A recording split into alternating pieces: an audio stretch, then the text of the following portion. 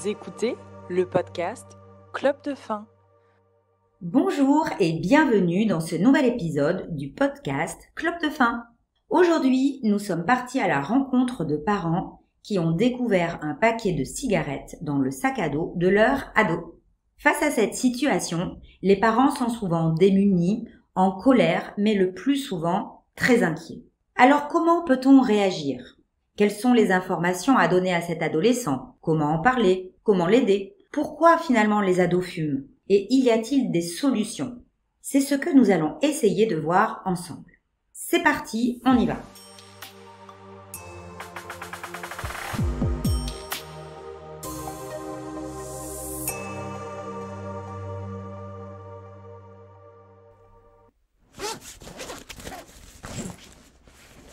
On avait raison de se douter que Gabriel fumait. Attends, mais pourquoi tu dis ça ? J'ai fouillé dans son sac, il y avait un paquet de clopes. T'as fouillé dans ses affaires ? Bah ouais, alors, il nous a menti en fait. Dès qu'il rentre du sport, ce soir, je le mets devant le fait accompli. Je suis vraiment pas sûre que ce soit la meilleure manière d'aborder le problème.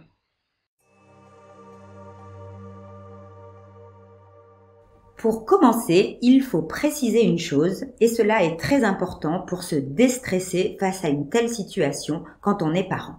Effectivement, ce n'est pas parce que votre ado fume qu'il est forcément dans un comportement addictif et dépendant à la cigarette. Dans la vie d'un adolescent, il y a comme cela des périodes où il va expérimenter des choses, on parle également d'initiation.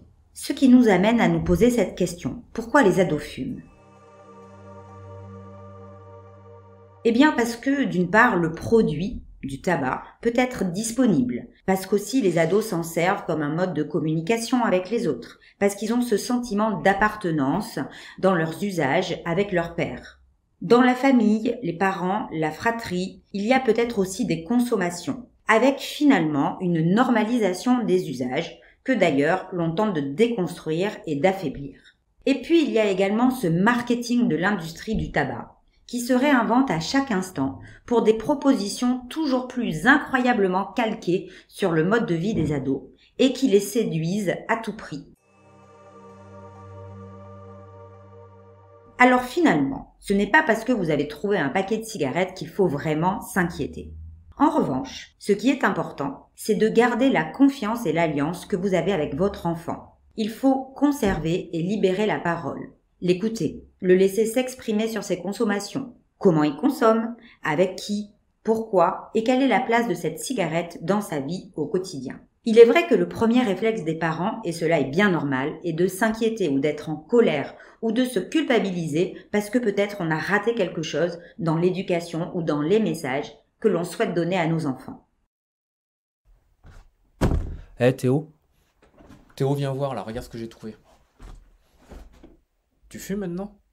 Je pensais que je t'avais dit clairement qu'il fallait pas fumer.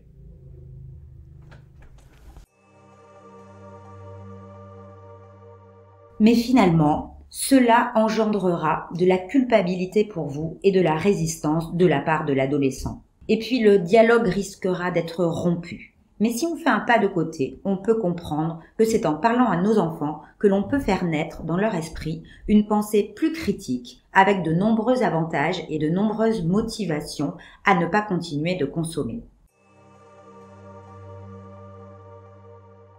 Tout d'abord, il ne sert à rien de faire peur en parlant de maladies très graves, car en fait, cela représente des conséquences du tabac, mais sur du long terme.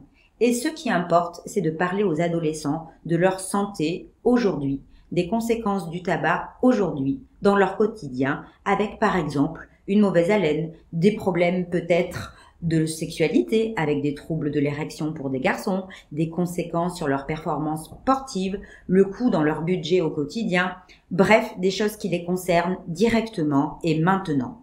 Développer chez eux une conscience de la manipulation de l'industrie du tabac est très important également. Et puis enfin, en dernier lieu, leur dire que les aides sont possibles, elles sont disponibles pour eux et il ne faut pas hésiter à leur proposer de l'aide s'ils en ont besoin. Les orienter vers l'infirmier scolaire, peut-être le médecin traitant ou le pharmacien. Ou bien vers une CJC, consultation jeunes consommateurs, où ils pourront parler en toute sécurité, anonymement et surtout cela est gratuit. Il faut savoir que les traitements par substitution nicotinique, tels que les patchs par exemple, sont autorisés dès l'âge de 15 ans et sur prescription médicale, ils seront totalement remboursés. Donc, pour résumer, pas de panique. L'important est de continuer à favoriser le dialogue, la confiance et l'écoute avec votre enfant. Et puis, si cela est nécessaire, il existe des aides qui ont prouvé leur efficacité et qui sont accessibles et gratuites.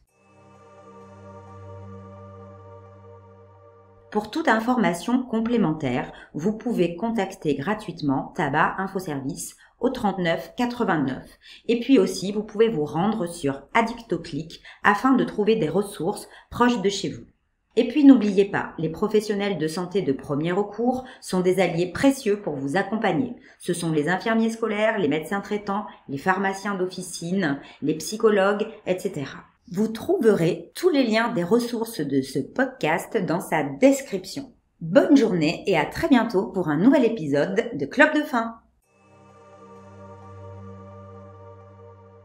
La semaine prochaine, on va évoquer ensemble l'arrêt du tabac, le boulot et les collègues.